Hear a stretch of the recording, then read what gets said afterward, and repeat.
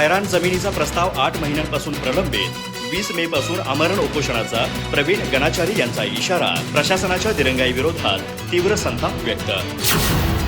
चंदगड तालुक्यातील किनी येथे सामाजिक कार्यकर्ते प्रवीण पांडुरंग गणाचारी यांनी संविधान भवनासाठी गायरान जमिनीची मंजुरी मिळावी यासाठी आक्रमक भूमिका घेतली असून येत्या 20 मे पासून कोल्हापूर जिल्हाधिकारी कार्यालयासमोर आमरण उपोषण करण्याचा इशारा दिला आहे।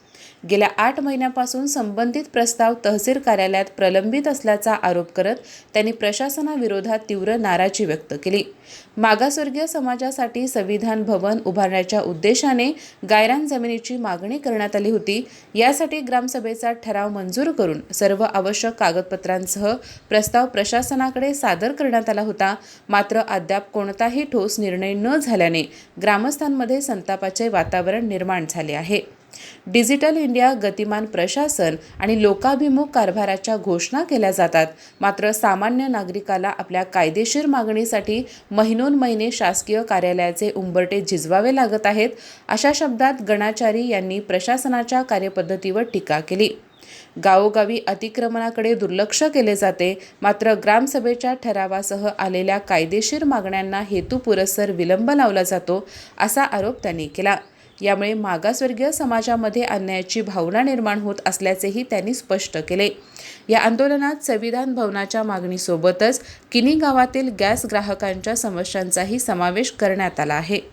घरपोच सेवा न देणाऱ्या गॅस वितरकांवर कारवाई करावी अशी मागणी त्यांनी प्रशासनाकडे केली असून ग्रामीण भागातील ग्राहकांची आर्थिक आणि मानसिक पिळवणूक होत असल्याचा आरोप त्यांनी केला।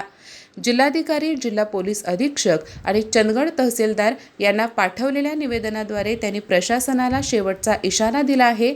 अनेक वेळा पाठपुरावा करूनही प्रशासनाने दखल घेतली नसल्याने आता न्यायासाठी संघर्ष उभारण्याचा निर्धार त्यांनी व्यक्त केला। दरम्यान हे आंदोलन केवळ एका व्यक्तीपुरते मर्यादित नसून सामाजिक हक्क, संविधानिक मूल्ये आणि सामान्य नागरिकांच्या मूलभूत सुविधांसाठीचा लढा असल्याची भावना किनी परिसरात व्यक्त होत आहे। त्यामुळे या आंदोलनाला स्थानिक नागरिक आणि विविध घटकांकडून पाठिंबा वाढताना दिसत आहे। आता 20 मे पूर्वी प्रशासन सकारात्मक निर्णय घेणार की संघर्ष तीव्र होणार याकडे जिल्ह्याचे लक्ष लागले आहे। अधिक माहिती आणि ताज्या घडामोडींसाठी आजच आमचे चॅनल सबस्क्राइब करा।